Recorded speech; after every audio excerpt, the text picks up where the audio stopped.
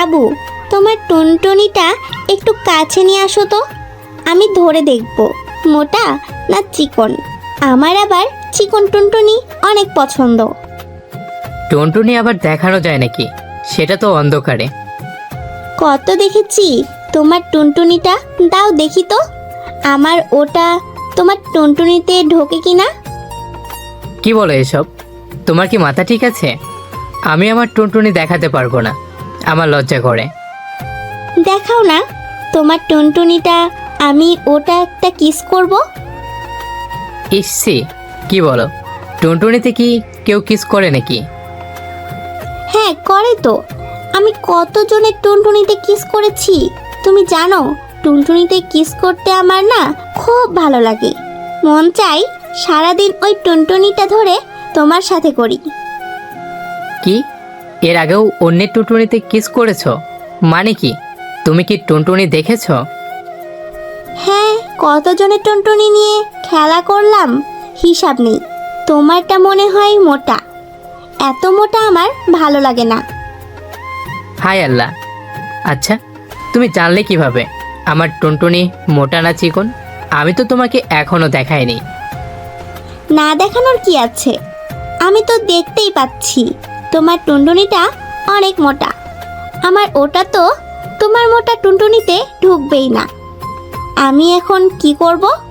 কত কষ্ট করে আমি তোমার টুনটুনির জন্য ওটা নিয়ে এসেছি। ঋতু, আমি কিন্তু এবার রাগ করব। সোজা সাপটা বলো তো, তুমি কিসের কথা বলছো? আমার কিন্তু মাথা ঘুরতেছে। এখানে মাথা ঘোরানোর কি আছে? আমি তোমার টুনটুনির জন্য কত টাকা খরচ করেছি জানো? আমি মনে করেছিলাম তোমার টুনটুনি চিকন হবে, আমি ওটা সুন্দর করে সাজাবো, তারপর টুনটুনিটা মুখে নিয়ে অনেকবার চুমু খাবো, তারপর একটা ছবি তুলে ফেসবুকে পোস্ট করব। আর যারা বলেছিল তোমার বরের টুনটুনি থাকবে না, তাদেরকে দেখিয়ে দেব আমার বরের টুনটুনি আছে, আর সেটা আমার মনের মতো। কিন্তু এখন তো আমার নিজেরই খারাপ লাগতেছে। তুমি এখনই হাসপাতালে যাবা, ডাক্তারকে বলে টুনটুনি কেটে চিকন করে নিয়ে আসবা, না হলে আমি আর তোমার সাথে থাকবো না। বাসরাতে বইয়ের কথা শুনে আমার কাঁচা মাথার চক্কর দিয়ে আসলো। ধীরে ধীরে চারিদিকটা ঘোলা দেখতে শুরু করলাম। বউ আমার উপর রাগ করে অন্যদিকে মুখ ঘুরিয়ে বসে আছে। আমার মাথায় ঋতুর বলার টুনটুনির কথাই আসতেছে। আমি আর কিছু ভাবার আগেই জ্ঞান হারিয়ে ফেললাম। মাথাটা ঘুরে পড়তেই বউ আমার দিকে তাকিয়ে বলল, কি হলো তোমার? ঘুমিয়ে পড়লে যে, তাড়াতাড়ি যাও, যে এখনই টুনটুনি কেটে নিয়ে আসবা, না হলে কিন্তু আমি তোমাকে নিয়ে হাসপাতালে যাব। আমার তো জ্ঞান নেই। বউ আমার উপর রাগ করে কয়েকটা কিল ঘুষি মেরে কোনো রেসপন্স না পেয়ে ঘুমিয়ে পড়ল। পরের দিন সকালবেলা ঘুম ভাঙতেই আমি দেখি ঋতু গোসল করে আসছে। আমি ঋতুকে দেখে বললাম, আচ্ছা, আমরা কালকে রাতে তো কিছু করিনি, তাহলে তুমি সকালে গোসল করলা কেন? ইস রে, তুমি জানো তোমার ওই মোটা টুনটুনির জন্য কালকে রাতে আমি কত কষ্ট পেয়েছি? কি বলো এসব? আমি তো কালকে ঘুমিয়ে পড়েছিলাম, তাহলে কখন তোমায় আমার টুনটুনিটা কষ্ট দিল? তোমাকে যখন বললাম হাসপাতালে গিয়ে টুনটুনিটা কেটে আসো, তখন তুমি ঘুমিয়ে গেলে, আর আমি সারা রাত কষ্ট করে আমার ওইটা তোমার মোটা টুনটুনিতে ঢুকিয়ে ছাড়ছি। আহ, কি বলো? তা আমার মোটা টুনটুনির সাথে কি কি করেছো বলো তো একটু শুনি। শোনো তাহলে, তুমি রাতে ঘুমানোর পর আমার মনটা অনেক খারাপ হয়। পরে দেখি আমার ওটা হারিয়ে গেছে, সব জায়গায় খুঁজেও পাইনি। পরে দেখি আমার ওটা তো আমার নাভির নিচে ছিল। ওটা বের করে তোমার মোটা টুনটুনিতে আমি ওটা ঢোকাতে গিয়ে হাঁপিয়ে গেছি, ঢোকে না, আমার তো জান যাই যাই অবস্থা। পরে শাশুড়ি আমাকে বলে নারিকেল তেল নিয়ে আসো, তারপর তোমার টুনটুনি ভালো করে মালিশ করি, তখন তোমার টুনটুনিটা অনেক পিচ্ছিল হয়। পরে আমি ওটাই আমার ওটা ঢোকানোর চেষ্টা করি, কিন্তু ঢুকছেই না। পরে মুখ থেকে লালা বের করে তোমার টুনটুনিতেই দেই। পরে আর কি, তোমার ওই মোটা টুনটুনি আস্তে আস্তে চিকন হয়ে যায়, আর আমি তোমার টুনটুনিতে ওটা ঢুকিয়ে তোমার বুকের ওপর ঘুমিয়ে পড়ি। পরে ভাবলাম, ইস, কি ভুল করে ফেলেছি। তোমার ওটাই যে যে লালাগুলো ছিল ওইগুলো আমি মুখ দিয়ে চুষেই খেয়েছি। পরে ভাবলাম, আমি তোমাকে যেটা দিলাম ওটা বের করে কালকে ওটা ডাক্তারের কাছে ঠিক করতে হবে, যাতে একটু বড় করে দেয়। তাহলে আর তোমার বড় টুনটুনিতে ঢোকাতে সমস্যা হবে না। পরে আমি ওটা বের করার জন্য আরও যুদ্ধ শুরু করলাম। বের হয় না, হয়ই না। আমার পুরো শরীর ঘেমেই গেছে। আমি বিয়ের শাড়ি খুলে ফেলে সাইডে রেখে দেই। তারপর আবারও তোমার টুনটুনি থেকে ওটা বের করার চেষ্টা করি। তখন তুমি মনে হয় ব্যথা পেয়ে আক করে চিৎকার করে ওঠো। তখন আমার মনে হলো তুমি মনে হয় কষ্ট পাচ্ছ, তাই আর জোর করিনি। পরে ঘুমিয়ে গেছি। পরে দেখলাম তোমার শরীর থেকে পানি পড়ছে, তোমার মাথায় ঘেমে গেছে। ঋতুর এসব পাগলামো কথা শুনে আমি মনে হয় এবার হার্ট অ্যাটাক করব। ঠিক তখনই ঋতু আমাকে আবার বলল, দেখো, তোমার টুনটুনিটা অনেক সুন্দর লাগছে। জানো, এখন না আমি তোমার টুনটুনির প্রেমেই পড়ে গেছি। এবার আমার জান যায় যায় অবস্থা। তাড়াতাড়ি নিচের দিকে তাকিয়ে দেখি প্যান্ট ছিঁড়া কিনা। তার মানে কালকে রাতে ঋতু আমার প্যান্ট খুলে টুনটুনিটা চিকন করে দিয়েছে। আগে কত গল্প শুনতাম, বন্ধুরা বলতো মেয়েরা নাকি মোটা টুনটুনি খোঁজে, আর এ মেয়ে চিকন টুনটুনি খোঁজে।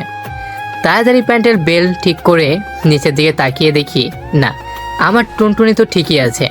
পরক্ষণে ঋতু বলল, আরে আরে, কি করছো? এদিক ওদিক তাকাচ্ছ কেন?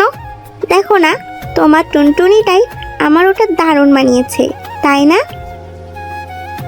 আমি তো দেখলাম ঠিকই তো আছে, আগে যেমন ছিল এখনও ওই রকমই আছে। তুমি চাইলে আমি বাথরুমে গিয়ে ভালো করে চেক করে আসতে পারি। আজব তো, বাথরুমে কেন যাবে? কেন? টুনটুনি দেখতে, তুমি তো বলছো। আরে পাগল, ওই দেখো তোমার টুনটুনি কত সুন্দর দেখতে। আমি তোমাকে এতক্ষণ না না কাল থেকে ওইটার কথাই বলছি। কি? আমি আমার হাতের আঙ্গুলের দিকে তাকিয়ে দেখি একটা ডায়মন্ডের আংটি। আংটিটা না যত সুন্দর লাগছে তার থেকেও বেশি সুন্দর লাগছে আমার হাতের সেই আঙ্গুলটাকে। আমি এতদিন ভাবতাম যে হাতের আঙ্গুলগুলোকে আঙ্গুল বলে, এখন দেখছি টুনটুনিও বলে। আপনারা হয়তো কিছু বোঝেননি, তাই তো? চলেন একটু বুঝিয়ে বলছি। আমাদের হাতের যে 5টা আঙ্গুল থাকে, তাই না? সে আঙ্গুলগুলোর মধ্যে সবচেয়ে চিকন ও মোটা আঙ্গুলটাকে ঋতু এতক্ষণ টুনটুনি বলছিল। আমি এবার মাথায় হাত দিয়ে বললাম, তাহলে এটাই কি তোমার টুনটুনি ছিল? আর আমি কি না কি, সি সি, এসব ভেবে মাথা গরম করেছি। হ্যাঁ, এটাই তো। আর তুমি কি ভাবছিলে? না না, কিছু না, দাঁড়াও আমি গোসল করে আসি। তাড়াতাড়ি যাও। কিন্তু টুনটুনি থেকে যদি আমার ওটা খুলে ফেলেছ, তাহলে কিন্তু তোমার খবর করে ছাড়বো। আচ্ছা ঠিক আছে, খুলবো না। কিছুদিন পর আমার অফিসের বসের ছেলের 7 বছর পূর্ণ হলো।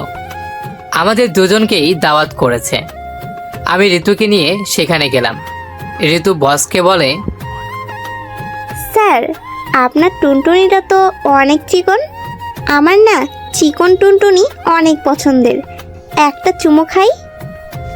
কেকটা কাটার সময় ঋতুর এমন কথা শুনে বার্থডে পার্টির সবাই ঋতুর দিকে তাকিয়ে আছে। বস ভ্যাকাচেকা খেয়ে গেল। বস কিছু বলতে যাবে তার আগে ঋতু বসের হাত ধরে একটা চুমো খেলো। মা, আপনি জানেন আমার বরের টুনটুনিটা অনেক মোটা। সেটা আমার পছন্দ না। আমারটা চিকন, আর এই চিকন টুনটুনিগুলো এক একটা অনেক কিউট হয়। আচ্ছা, ভাবি কি আপনার টুনটুনিতে চুমু খাই? ঋতুর এমন কথা শুনে বসের বউ বসকে কলার ধরে বাসায় টেনে নিয়ে যায়। কয়েকদিন পর শুনি এসব নিয়ে ঝামেলা করতে করতে বসের বউ বসকে ডিভোর্স দিয়ে দিয়েছে। দেখতে দেখতে অনেক দিন হলো ঋতুই কথায় কথায় টুনটুনি শব্দ বলে না। বিয়ের 1 বছর পর আমাদের একটা ছেলে সন্তান হয়, তাই ঋতুকে নিয়ে ঢাকা থেকে রাজশাহীতে চলে আসি, মানে আমাদের গ্রামে। ঋতু আমার ছেলেকে নিয়ে বসে রথ পোয়াচ্ছে।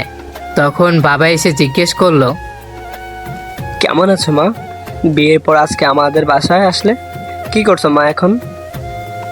এই তো বাবা, আপনার নাতির টুনটুনিটা মুখে নিয়ে চুষতেছিলাম। জানেন, আপনার নাতির টুনটুনিটা না অনেক সুন্দর, তাই আমি সারাদিন ওর টুনটুনি মুখে নিয়ে চুষি। আমার যে কত ভালো লাগে। ঋতুর মুখে এমন কথা শুনে বাবা জিভায় কামড় দিয়ে লজ্জায় পড়ে যায়। আর কোনো কথা না বলে ঋতুর সামনে থেকে চলে যায়। গ্রামে এসে পড়ে গেছি মহাবিপদে।